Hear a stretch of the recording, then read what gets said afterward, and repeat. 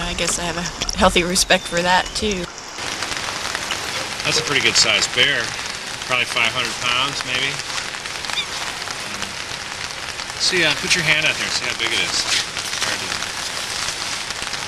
Yeah? Wow. That's huge. Yeah. I guess you're afraid, you're intrinsically afraid of bears, or you tend to not worry about it so much. And again, it's typically takes the reality check of a close encounter before you realize that you are very much a part of the food chain. You're no longer the top predator in the food chain in the Alaskan wilderness. Unfortunately, the bear is more interested in oystercatcher eggs than the camper's provisions.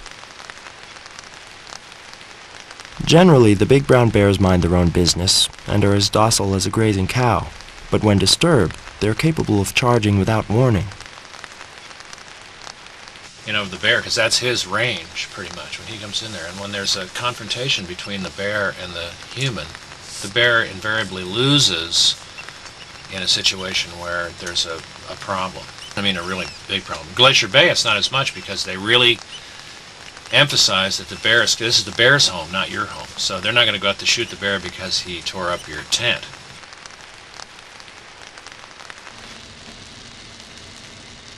Over 500,000 people visit the Alaskan Panhandle every year, most of them on giant cruise ships. Conflict between this mass form of tourism and other smaller groups is inevitable. Paddlers explore the bay from their kayaks, only supported by what they can carry with them. For these intrepid souls, the cruise ships are more than disconcerting.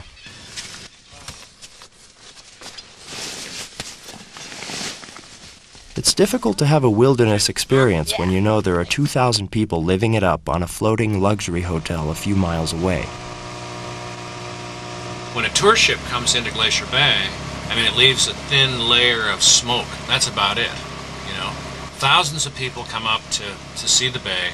They don't touch it.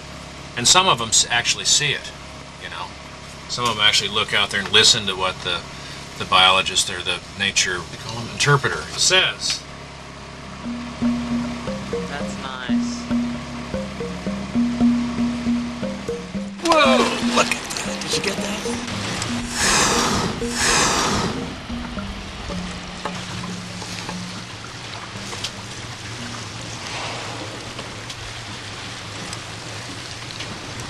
The kayakers are excited by a close look at the whales, and blown away when one whale decides to take a close look at them.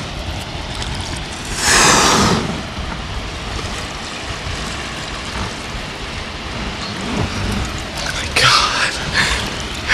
We don't have life jackets, but he's gonna go right under us.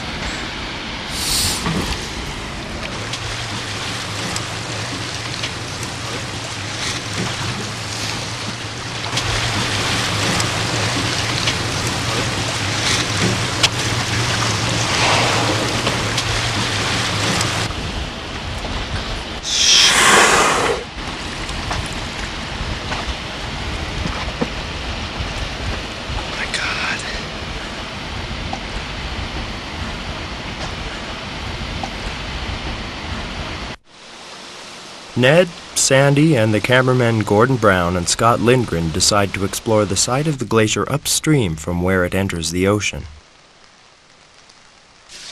Gordon is fascinated by the shapes he finds. Ice is a funny thing because you think of ice as being very inert when you look at it, and yet it's very, very expressive.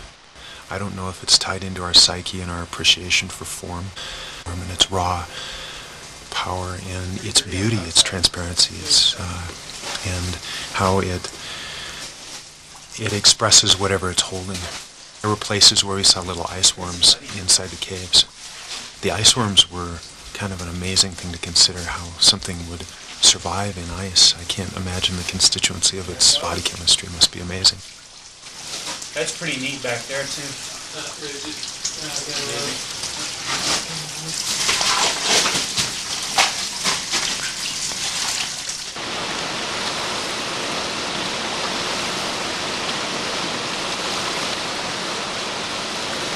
World-class whitewater kayaker Scott Lindgren can't resist the pull of the river, with or without his boat.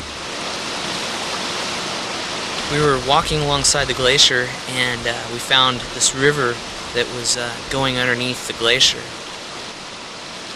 And we stuck our heads down in there to kind of take a look on where the river was going. And it just was really inviting to go in there and take a look around. And it looked reasonably safe. And so we geared up for it, and we dropped in and we started crawling down the river. And as we got further and further in a lot of places it got lighter and lighter. Not only was the water very cold and moving, but the whole stream bed, the rocks and the mud and everything was moving down as we went down in and climbed back out. And it was moving without us being on it. And then when we got on it, you could hear the whole thing kind of crackling.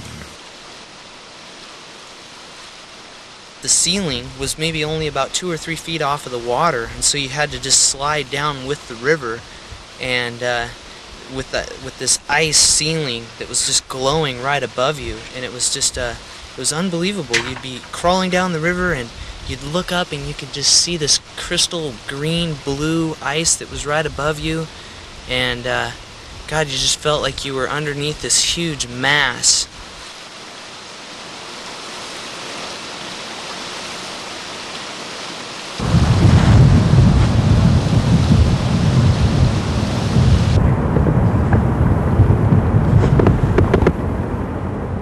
It's one thing to crawl into a river cave high on the slow-moving side of the glacier.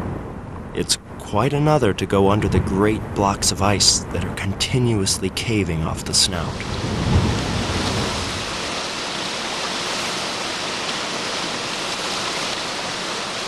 Once we got out of the river, we walked down to the front of the glacier, and we were in front of the glacier, and there was this little opening in the glacier, and the glacier hadn't been as active as a lot of the other glaciers that we had been looking at, and we were just intrigued to go take a look through this little window, and we snuck up there and walked in the front of this thing, and as we walked in further and further, it just opened up, and before we knew it, we were just in this magnificent ice palace.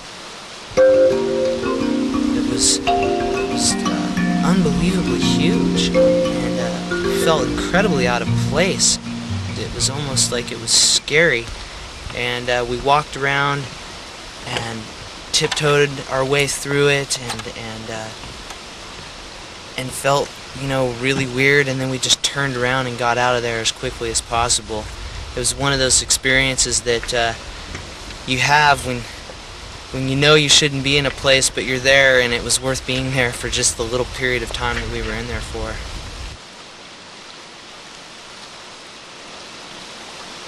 Scott can be happy that the only problem he has run into in exploring the ice cave is 2 very cold feet.